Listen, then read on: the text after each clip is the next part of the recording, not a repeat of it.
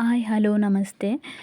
ಇವತ್ತಿನ ಮನೋಲ್ಲಾಸ ಚಾನಲ್ಗೆ ಸ್ವಾಗತ. ಇವತ್ತಿನ ವಿಷಯ ಬಂದು ಆಲೋಚನೆ ಬದಲಿಸಿಕೊಂಡಾಗ ಎಂಬ ಒಂದು ವಿಷಯದ ಬಗ್ಗೆ ನಾನು ಹೇಳ್ತಾ ಹೋಗ್ತಿದ್ದೇನೆ.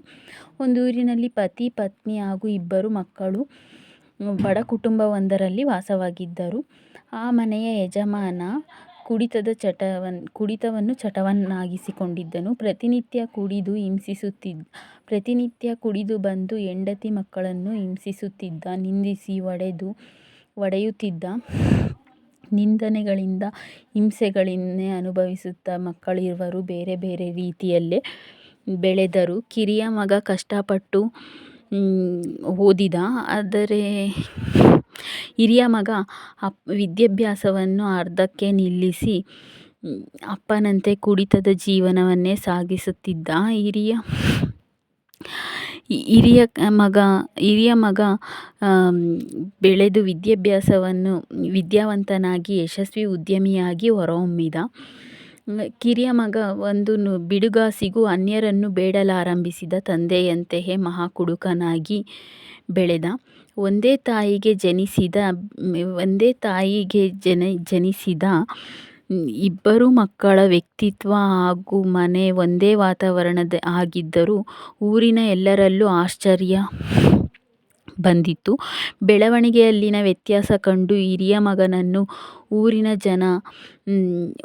ಜನ ಒಂದು ದಿನ ರಸ್ತೆಯ ಪಕ್ಕದಲ್ಲಿ ಕುಡಿದು ಬಿದ್ದಿದ್ದ ನಿನ್ನ ಅಪ್ಪನಂತೆ ದೊಡ್ಡ ಕುಡುಕನಾಗಿದ್ದೀಯಾ ಯಾಕೆ ಅಂತ ಕೇಳ್ತಾರೆ ಹಿರಿಯ ಮಗನನ್ನು. ಆಗ ಅವನು ಹೇಳ್ತಾನೆ, ನನ್ನ ಈ ಸ್ಥಿತಿಗೆ ನನ್ನ ಅಪ್ಪನೇ ಕಾರಣ. ನನ್ನ ಅಪ್ಪ ಕುಡಿದು ಬಂದು ಹೊಡೆಯುತ್ತಿದ್ದ, ನಿಂದಿಸುತ್ತಿದ್ದ, ಅವಾಚ್ಯ ಶಬ್ದಗಳಿಂದ ನಮ್ಮನ್ನು ಮಾತನಾಡಿಸುತ್ತಿದ್ದ. ಇದಕ್ಕೆ ನನ್ನ ಅಪ್ಪನೇ ನಾನು ಈ ಥರ ಬೆಳೆಯಲು ನನ್ನ ಅಪ್ಪನೇ ಕಾರಣ ಎಂದು ಹೇಳುತ್ತಾನೆ. ಇನ್ನೊಂದು ದಿನ ಇನ್ನೊಬ್ಬ ವ್ಯಕ್ತಿ ಹೋಗ್ಬಿಟ್ಟು ಕಿರಿಯ ಮಗನನ್ನು ಕೇಳ್ತಾನೆ, ನೀನು ನೋಡಿದ್ರೆ ಯಶಸ್ವಿ ಉದ್ಯಮಿಯಾಗಿದ್ದೀಯಾ, ನಾನು ಹೇಗೆ ಅಂತ ಕೇಳುತ್ತಾನೆ. ಚಿಕ್ಕಂದಿನಿಂದಲೂ ನನ್ನ ಮನಸ್ಸು ಹೀಗೆ, ನನ್ನ ಅಪ್ಪನೇ ಕಾರಣ. ಯಾಕೆಂದರೆ ನೆಂಟರಿಷ್ಟರಲ್ಲಿ ತಿರಸ್ಕಾರದ ಮಾತುಗಳನ್ನು ಕೇಳಿದೆ. ಬಾಲ್ಯದಿಂದಲೇ ನೋವನ್ನು ಅನುಭವಿಸಿದೆ. ಜೀವನೋಪಾಯ ತಂದೆ ಕುಡಿತದ ಚಟವನ್ನಾಗಿಸಿಕೊಂಡಿದ್ದರಿಂದ ನಾನು ಅದರಿಂದ ಹೊರಬರಬೇಕು. ನಾನು ಯಾವುದಾದರೂ ಒಂದು ಸಾಧನೆ ಮಾಡಬೇಕು. ಸಮಾಜದಿಂದಾಗಿರಲಿ ಯಾವುದೇ ಒಂದು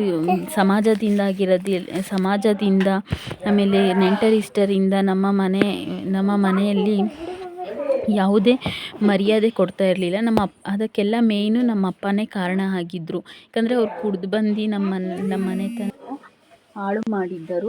ಹಾಗಾಗಿ ನಾನು ಒಂದು ಛಲ ಇಟ್ಕೊಂಡು ನಾನು ಏನಾದರೂ ಸಾಧಿಸಲೇಬೇಕು ಅಂತ ಒಂದು ಛಲವನ್ನು ಇಟ್ಕೊಂಡಿದ್ದೆ. ಇದು ನಮ್ಮಪ್ಪ ಈ ಥರ ಇದ್ದಿದ್ದಕ್ಕೆ ನಾನು ಈ ಥರ ಆದೆ ಅನ್ನೋದು ನನಗೆ ಒಂದು ಸಂತೋಷ ಆಗುತ್ತೆ. ಅದಕ್ಕೆ ನಾನು ಎಲ್ಲರಿಗೂ ಹೇಳ್ತೀನಿ, ಒಂದೇ ತಾಯಿಗೆ ಹುಟ್ಟಿದಂಥ ಮಕ್ಕಳಾದರೂ ಗುಣ, ನಡತೆ, ಸಮಾಜದ ಜಾತಿ, ಮತ ನಮ್ಮ ಬೆಳವಣಿಗೆಯಲ್ಲಿ ಅಥವಾ ನಮ್ಮ ಜೀವನದ ದೃಷ್ಟಿಕೋನದಲ್ಲಿ, ನಮ್ಮ ಚಿಂತನೆಯಲ್ಲಿ ನಾವು ಆಲೋಚನೆಯನ್ನು ಬದಲಿಸಿಕೊಳ್ಬೇಕಾಗತ್ತೆ. ಆಲೋಚನೆಯನ್ನು ಬದಲಿಸಿಕೊಂಡಾಗ ಮಾತ್ರ ನಾವು ಬೇರೆ ರೀತಿ ಬೆಳೆಯೋದಕ್ಕೆ ಸಾಧ್ಯ ಆಗುತ್ತೆ. ಆ ಥರ ಇದ್ರು ಗೌರವಯುತ ಜೀವನ ಸಾಗಿಸುತ್ತಿದ್ದಾರೆ. ನಾನು ಸಾಧನೆ ಮಾಡಬೇಕು ಅಂತ ವಿದ್ಯೆಯನ್ನು ಅರ್ಧಕ್ಕೆ ನಿಲ್ಲಿಸಿ ನಮ್ಮ ಅಣ್ಣ ಅದನ್ನೇ ನೆಪವಾಗಿಟ್ಕೊಂಡು ಆ ಥರ 5 ಕಾಸಿಗೆ ಅನ್ಯರನ್ನು ಬೇಡಲಾರಂಭಿಸಿದ. ಅವನೇ ಹಾಳು ಮಾಡಿಕೊಂಡ ತಂದೆ ತಾಯಿಗೆ ಅವನು ಹೇಳ್ತಾನೆ.